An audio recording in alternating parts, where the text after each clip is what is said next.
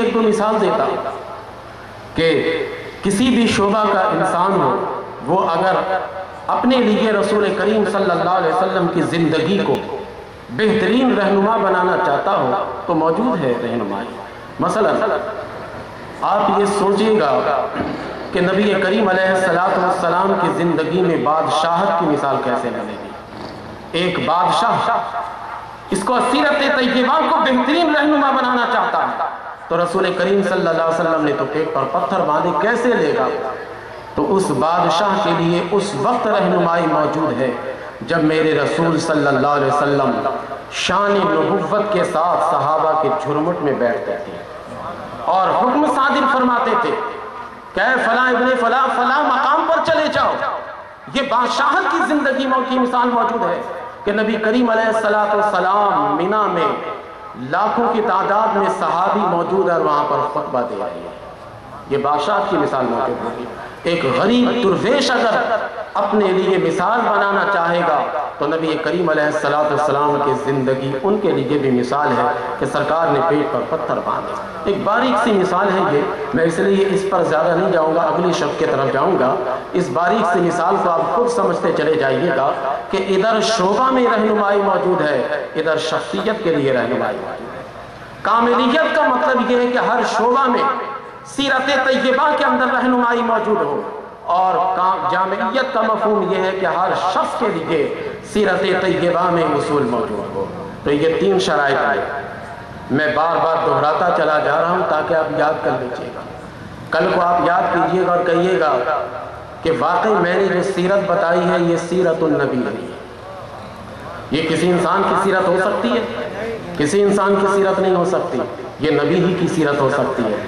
یہی ہمارے اور ان کے درمیان فرق ہے کہ وہ کہتے ہیں نبی کی سیرت بتانے کا، لیکن وہاں جائیے تو وہ انسان کی سیرت بتاتے ہیں۔ سرکار کھاتے تھے، ہمارا بھی تو کھاتے ہیں، کہاں فرق رہا اس میں؟ سرکار پیتے تھے، ہمارا بھی پیتے ہیں، کہاں اس میں فرق رہا؟ لیکن یہ جو تاریخیت میں بتا رہا ہوں کہ یہ فرق ہے، یہ سرکار کی سیرت میں تاریخیت ہے، ہماری سیرت میں نہیں ہے۔ نبی کریم علیہ السلام کی سیرت میں کاملیت ہے اور نبی کریم صلی اللہ علیہ وسلم کے علاوہ کسی کی سیرت میں کاملیت نہیں ہے۔ سرکار کی سیرت میں جامعیت ہے، سرکار کے علاوہ کسی اور کی سیرت میں جامعیت نہیں ہے۔ یہ تین ہے نا شرائط۔ چوتھی شرط جو آخری شرط ہے، اور 1 گھنٹہ ہو رہا ہے، 11:20 میں بیٹھا تھا، 1 گھنٹہ ہو رہا ہے۔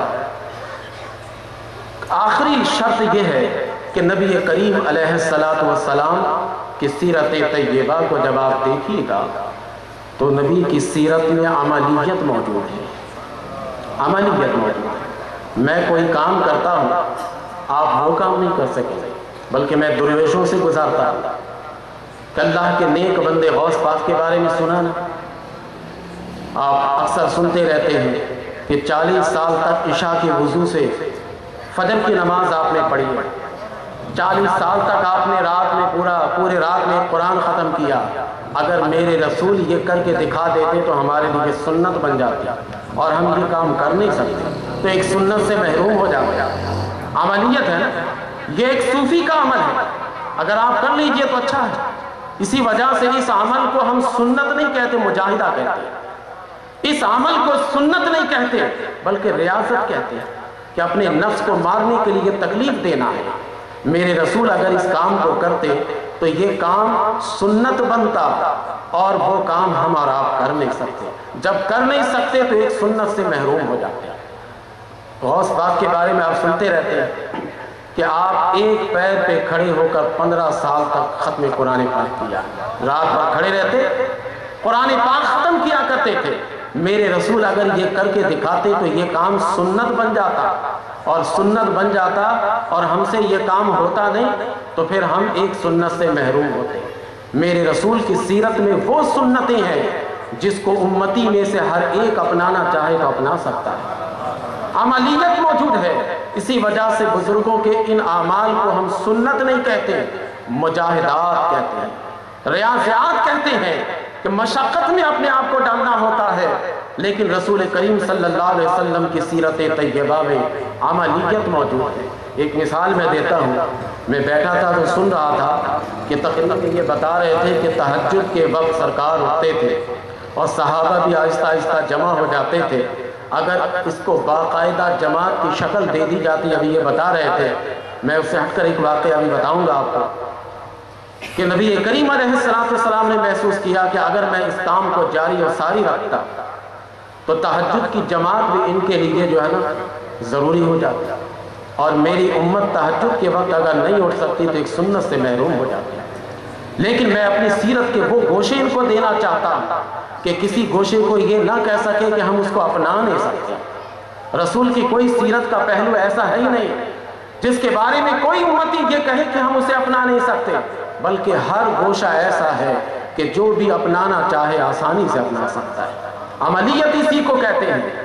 دیکھیے میں اب وہ ایک واقعہ سناتا ہوں۔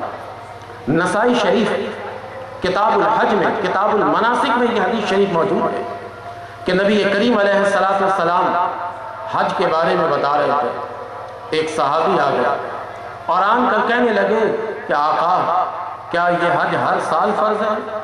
سرکار خاموش رہے۔ پھر وہ صحابی کہنے لگے آقا کیا یہ حج ہر سال فرض ہے؟ سرکار پھر خاموش رہے۔ تیسری دفعہ جب انہوں نے کہا تو میرے نبی نے فرمایا کہ خاموش ہو جا، اگر میں ہاں کہہ دوں تو ہر سال حج فرض ہو جائے گا، اور اگر ہر سال حج فرض ہوگا تو میری امت کے لیے تکلیف دہ بات ہے۔ میں کوئی ایسا پہلو چھوڑ کے جانا ہی نہیں چاہتا کہ جس کے اندر عملیت نہ ہو۔ میں اپنی زندگی کے وہ پہلو چھوڑ کر جاتا ہوں جس کے اندر عملیت بھی موجود ہو۔ اس عملیت کو لوگ اپنانا چاہیں تو اپنا سکتے ہیں۔ رسول نے کتنا جو ہے آپ مہربانی، اپنے آپ پر مہربانی کی، کتنی شفقت آپ پر کی، کتنے پیار سے آپ کو جو ہے بتایا کہ دیکھو اگر میں ہر سال کے بارے میں ہاں کہہ دیتا تو یہ یاد رکھتے کہ پھر ہر سال حج تمہیں کرنا پڑتا، لیکن رسول نے ایسا نہیں کیا۔ اسی طرح تراویح کی نماز کے بارے میں ہے کہ 2-3 دن تک یہ سلسلہ تو چلا، پھر نبی کریم علیہ السلام نے سلسلے چھوڑ دیے۔ صحابی عرض کرنے لگے حضور ہم آپ کے پیچھے آ کر کھڑے ہوتے تھے، نماز پڑھتے تھے، لیکن آپ اب آ نہیں رہے۔ سرکار نے فرمایا کہ میں اگر روزانہ آتا تو مجھے خطرہ کہ تم پر ضروری نہ ہو جائے، تم پر یہ فرض نہ ہو جائے، اور اگر تم پر یہ نماز فرض ہو گئی تو پھر تم نہیں کر پاؤ گے تو گناہ گار ہوگے۔ پھر تاریخ نگار جب لکھے گا تو میری سیرت کی عملیت پر داغ آ جائے گا، کوئی میرے سیرت کی عملیت پر داغ نہ لگائے۔ میں کوئی ایسا پہلو چھوڑنا ہی نہیں چاہتا ہوں کہ جس کے اندر اس قسم کی کوئی باتیں ہوں جس کو کہ لوگ نشانہ بنا دیں اور کہیں کہ نبی کریم علیہ السلام کی سیرت کے فلاں پہلو پر ہم عمل نہیں کر سکتے۔ یہ ہماری سستی ہے کہ ہم سیرت طیبہ کے بہت سارے پہلوؤں کو چھوڑ رہے ہیں، عمل نہیں کرتے، یہ ہماری سستی ہے۔ ورنہ رسول کریم صلی اللہ علیہ وسلم کی سیرت طیبہ کے ہر پہلو کے اندر عملیت موجود ہے۔ آپ کوئی ایک مثال دے کر ہمیں بتائیے کہ رسول کریم صلی اللہ علیہ وسلم کے فلاں سیرت کے پہلو پر ہم عمل نہیں کر سکتے، ہمارے لیے دشواری ہے، مشکلات ہے کوئی ایسا نہیں۔ اس لیے جب یہ 4 شرائط پورے پائے جا رہے ہیں، 4 شرطیں پائی جا رہی ہیں، تو ایسے صورت میں اب واضح طور پر ہمارے سامنے یہ بات آ رہی ہے کہ رسول کریم صلی اللہ علیہ وسلم کی سیرت عالمگیر اور دائمی نمونہ حیات ہے، کوئی جھول نہیں ہے اس میں۔ دائمی نمونہ حیات اس اعتبار سے ہے کہ کوئی کسی زمانے میں اپنے اعتبار سے ملا دے تو تاریخ اس کی گواہی دے گی کہ یہ غلط ہے۔ کوئی کسی زمانے میں نئی چیز کو ایجاد کرنے اور کرنے کے بعد وہ رسول کی سیرت میں تلاش کرنا چاہے اور اسے نہ ملے تو وہ کہہ سکتا ہے کہ رسول کی سیرت میں کاملیت نہیں ہے، اس لیے عالمگیریت نہیں ہے، اس لیے یہ دائمی نمونہ حیات نہیں ہے، یہ وہ کہہ سکتا ہے، لیکن ایسا نہیں ہے۔ میں تو اکثر بتاتا رہتا ہوں کہ جتنے بھی ایجادات ہوں گے وہ سب میرے رسول کے فارمولے کے مطابق ہیں، جتنے بھی ایجادات ہیں۔